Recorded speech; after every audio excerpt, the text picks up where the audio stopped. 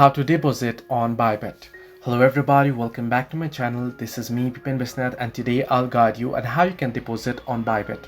Now, the process itself is quite simple and quite easy, so let me guide you through. In order to deposit on Bybit, you can simply open up the application or you can head over to the Bybit page and log into your registered account.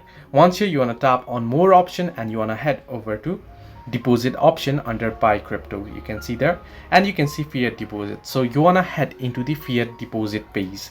So remember, it's not deposit. Now currently you can see it says we do not currently support deposits of this fiat at the moment. Unfortunately, I don't have any, so I'll have to buy first.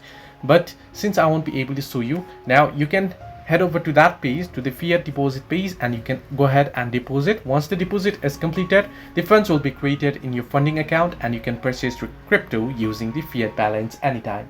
So this way you can deposit on Bybit. Hope this helped you. Do like and subscribe, and do not forget to leave a comment down below if you have any further issues.